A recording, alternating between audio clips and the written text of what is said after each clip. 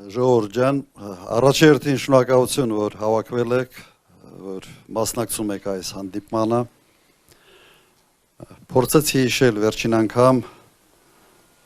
մեր հանդիպումը 21 թվականին, այո, 5 տարի առաջ մեր հանդիպումը եւ գիտեք այն ժամանակ միգուցե մի կողմից ավելի հեշտ էր, մյուս կողմից ավելի դժվար էր։ Դժվար էր, որովհետեւ այս իշխանությունը համարյա նույն բաներն էր խոս տալիս, ինչ որ մենք էինք ասում, եթե հիշում եք։ Դեօկուպացիա, Շուշիի, Հադրութի, Ղարաբաղի ինքնորոշման իրավունքի համար պայքար եւ այլ։ Քիչ էր տարբերվում խոսույթը։ Ուղղակի մենք ասում ենք, որ սրանք ի վիճակի չեն անել, սրանք պատերազմ են բերել, պարտվել են պատերազմում եւ պետք է ուղղակի պարտության այդ խորհրդանիշ դառած մարդը պետք է լքի երկրի առաջնորդի պաշտոնը։ Հիշում եք, այս էր խոսույթ։ Ինչ խոստացել են, արել են ճիշտ հակառակը։ Ուղղակի ճիշտ հակառակը, բոլոր առումներով։ Չի կատարվել ոչ մի խոստում։ Հիմա իմ հարցադրումը հետևյալն է. ինչի մասին է ընտրությունները ընդհանրապես։ Յուրաքանչյուր քաղաքական ուժ, առաջնորդ գալիս է, տալիս է խոստումներ, հանդես է գալիս իր ծրագրերով եւ 5 տարի անց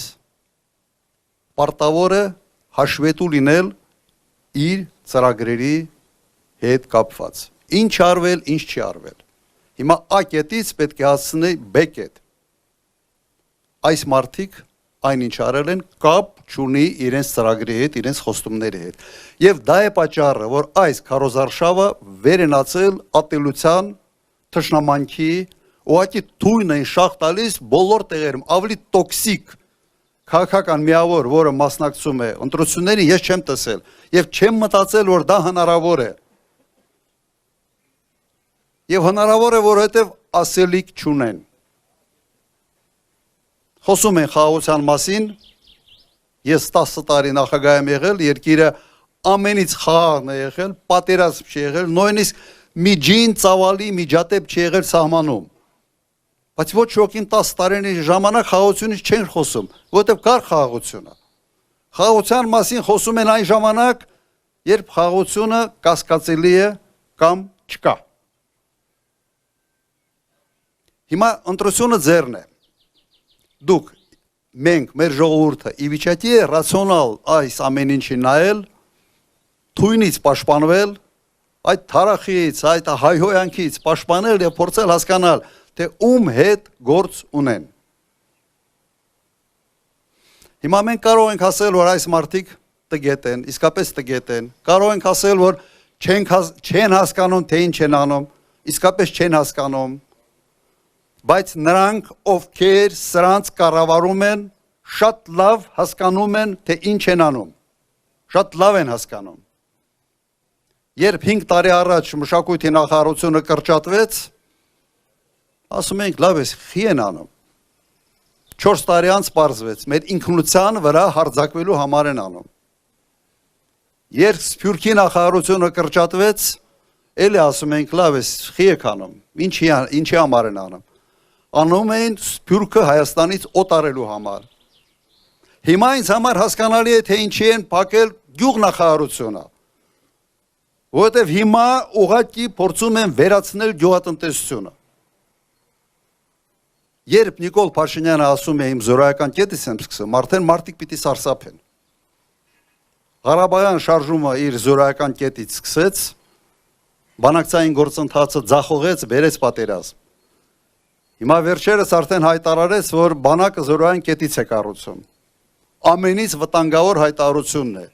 Իր զորայական կետը դա զորայացման կետն է, մեր Սերան Օհանյանը սա ճիշտ է նկատել։ Հիմա զորայացնում է գյուղատնտեսությունը։ Անտեղի, անիմաստ, հրահրեց հարաբերությունները Ռուսաստանի հետ եւ դուք տեսնում եք ամեն օր նոր սահմանափակումներ են մտցնում գյուղատնտեսական արտադրանքի Ռուսաստան արտահանման վրա, ամեն օր, ինչ անելու մեր գյուղացին, ով պիտի մտածի գյուղացու մասին, ով պիտի մտածի մեր քաղաքացու բարեկեցության մասին։ Երկրի առաջնորդը մտածում է թե ոչ։ Չի մտածում։ Մեկ մտածում եմ, կարող եմ մտածել ու ունակություն չունի ընդհանրապես։ Սենց կան չէ մարդիկ, որ ուղղը ուրիշ ձև է աշխատում, չես հասկանում թե որ ատանում։ Բայց կարծում եմ սա էլ է մտածված։ Բայց ինքը չի մտածում, իրեն կառավարող ուժերն են սա մտածում։ Մեր շուկան փորձում են ազատել ադրբեջանական եւ թուրքական ապրանքների համար։ Դպրոցների այդ բանը, այդ ծրագիրը, մի քանի դպրոց կառուցում են ավելի շատ դպրոց փակելու համար։ Ում համար, ինչի համար։ Ժորժ ջան, շատ եւ շատ հարցեր կան, որոնց ողջամիտ պատասխան ուղղակի չկա։ Օրինակ, մի շատ դասական օրինակ բերեմ։ Խաղաղության մասին է խոսում այսօրվա իշխանությունը։ Եվ ամենտեղ երևի դուք տեսնում եք պաստառների վրա գրած է խաղաղություն, սրտիկներ։ Մենք ինչ ենք ասում, ասում ենք այո, մենք էլ ենք խաղաղության կողմ։ Մենք ասում ենք խաղաղությունը պետք է լինի երաշխավորված։ Իրենք ասում են չէ, Ալիևի հերիքա։ Ասում են Հայաստանի անվտանգության երաշխավորը Ադրբեջանն է։ Իրենք են ասում, ես չեմ ասում։ Հիմա մենք հավատում ենք, որ Ադրբեջանը կարող է լինել Հայաստանի անվտանգության երաշխավորը։ Լավ, սա գժի հետ գործ ունենք, ինչին հետ գործ ունենք, ես ուղղակի անկեղծ ասեմ, չեմ հասկանում։ Միգուցե հատուկ բառարան կա, որ այդ բառարանը բան անում, էլի, աննորմալ ինչ որ մտքերը կարող է sense տրանսֆորմացիա ենթարկվի, մյուս կողմից ավելի բան լսենք, էլի ինչ որ ողջամիտ բան լսենք, բայց այսօր սա է։ Ասում են նախաստորագրել ենք խաղաղության պայմանագիր։ Մենք ասում ենք երաշխավորներ է պետք, երաշխիքային համակարգ է պետք։ Մեզ ասում են պետքը չի։ Լավ, խանգարում է ձեզ երաշխիքային համակարգ։ Հասկանում եք, բաներ կա, ես կարծում եմ այս հարցերը մենք առաջերտին մենք մեզ պիտի տանք, երկրորդը պետք է իշխանություն ունեցող մարդկանց տանք, երրորդը եթե այդքանը չեն հասկանում, պետք է ուղղակի սրանց վրա այդ 16 համարի վրա մի հատ մեծ խաչ քաշենք, ասենք սրանք գոյություն չունեն, սրանց պետք է զրկել իշխանությունից եւ սրանց պետք է ուղղակի վռնդել։ Շատ կարճ եւ շատ կոնկրետ։ Ուրեմն մեր պատասխանը այս անորոշությունների, այս լարվածությանը, որը ստեղծում են ոչ միայն ներսում հասարակությունը բաժանեցին, դրանից չեն բավարարվել, հիմա փորձում են մեր դաշնակիցների հետ մեզ թշնամացնել։ Ժորժ ջան, մենք Հայաստան դաշինքը Եվրոպայի հետ հարաբերությունների դեմ չի եւ երբեք դեմ չենք եղել։ Ես նախագահ ժամանակ Եվրոպայի հետ ավելի լավ, ավելի լայնացավալ հարաբերություններ ենք ունեցել, քան հիմա։ Առևտուրը Եվրոմիության հետ մեր ընդհանուր արտաքին առևտրի մոտավորապես 20%-ն էր։ Հիմա դառել է 7%։ Հիմա դուք մի հատ հասկացեք, դուք Եվրոպա եք գնում, թե ուր եք գնում, չեմ հասկանում ինչ են անում։ Մեր հարցը հետևյալի մեջ է։ Լավ լինենք բոլորի հետ։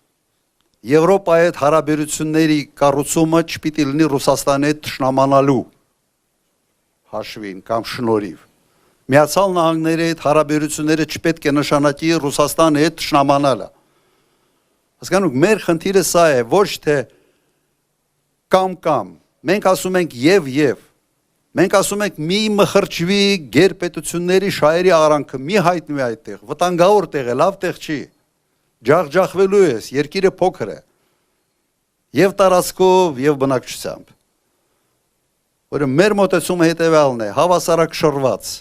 բարեկամական հարաբերություններ եւ երբեք չանել ոչինչ, ինչը գերպետությունների անվտանգությանը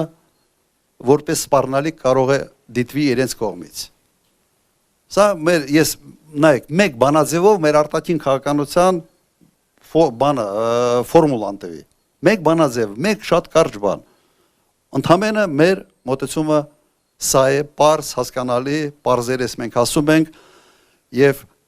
մենք դա անելու ենք։ Հիմա որտեղից է վստահությունը, որ մենք դա անելու ենք։ Փորձ, գիտելիքներ եւ պահպանված կապեր։ Մենք տեսնում ենք ինչա կատարվում, մենք տեսնում ենք ինչպես է սա կարելի շտկել։ այն խնդիրները, որ իրենք ստեղծեցին մեր գյուղացիների համար, մեկ շաբաթում լուծվող հարցեր են։ Մեկ շաբաթում։ Հիմա թո գյուղացին, ֆերմերը, ջերմոցային տնտեսությունը վարկերով սարքածը, թո մտածեն։ Իրենք իսկապես համաձայն են այսօրվա իշխանության հետ, այս լարվածության հետ, այս անիմաստ սպառնալիքների հետ։ Բանակը քանդեց, Ղարաբաղը հանձնեց, հիմա էլ գյուղն է քանդում։ Հետո ուրեմն, ժողովուրդ ջան, այս ամեն ինչին վերջ տալու համար կա շատ պարզ ճանապարհ։ Ձեզանից քիչ բան է պահանջվում։ Այսինքն գնալ ընտրատեղամաս, վերցնել թերթիկը 17 համարը վերցնել եւ քվեարկել։ Եվ դուրս գալուց մի հատ լավ չեմ ասում, ուզեցի ասեմ թքել մի ուրիշ բանի վրա, բայց մենք մի պաշտոնյա ունենք, որ սենց ուղտի պես հատքում, մենք մի քիչ դրանից հեռու ենք։ Ուրեմն, ժողովուրդ ջան, հունիսի 7 համար 17, հունիսի 7 համար 17, հունիսի 7 եւ քվեարկում ենք Հայաստանի համար։ Շնորհակալություն ձեզ, ժողովուրդ ջան, շնորհակալություն։